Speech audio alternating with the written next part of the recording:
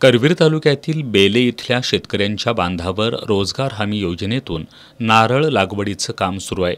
या कामाला शासनाच्या सेवा पंधरवडा मोहिमेअंतर्गत रोजगार हमी योजनेचे पुणे विभागाचे सहाय्यक आयुक्त संजीव पलांडे, उपजिल्हाधिकारी शक्ती कदम, तहसीलदार स्वप्नील रावडे, गटविकास अधिकारी डॉक्टर संदीप भंडारी, सहाय्यक गटविकास अधिकारी सुहास पाटील, तालुका कृषी अधिकारी युवराज पाटील, दिलीप गुरव, निवास पाटील, मंडल अधिकारी संपदा बनकर यांनी भेट देत शेतकऱ्यांना योजनेसंदर्भात मार्गदर्शन केलं।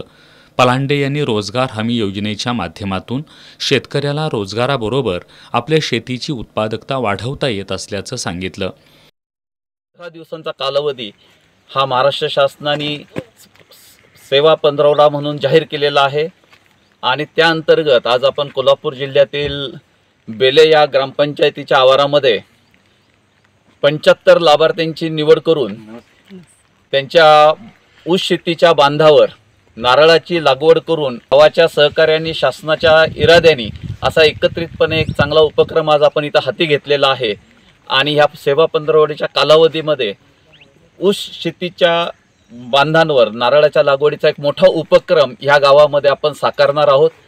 साकारत असतानाच जलताराची कामं असतील, इतरही काही आणखीन विषय आहेत की फॉर एक्झाम्पल आपण आता पानंद रस्ते आपण खुले करून घेतलेले आहेत। या गावामध्ये जवळपास आपण 15 पानंद रस्ते मोकळे करून घेतलेले आहेत आणि 24 इतर रस्त्यांचे देखील पानंदीचे रस्ते आपण मोकळे करतोय आणि ह्या सगळ्या रस्त्यांच्याही दुतर्फा आपण झाडांची लागवड करणार आहोत।